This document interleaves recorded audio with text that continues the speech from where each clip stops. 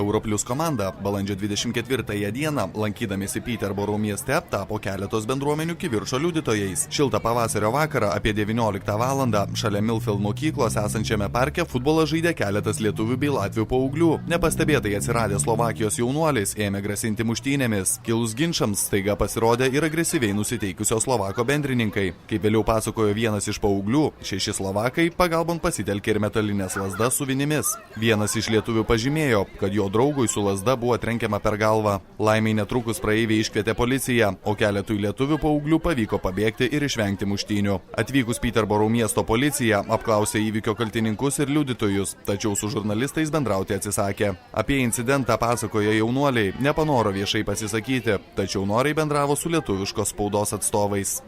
Slovakai, jie tiesiog pradėjo visi padinti ant lietuvius ir latvius visus, ir tada mes visi pradėjom sakyti, ką jūs čia darote, tai toliau. Tada jie visi pradėjo bėgti, o čia visi ir gaudyti juos pradėjo. Iš įvykio vietos Peterboro, Europlius TV, Dovydas Petrošius.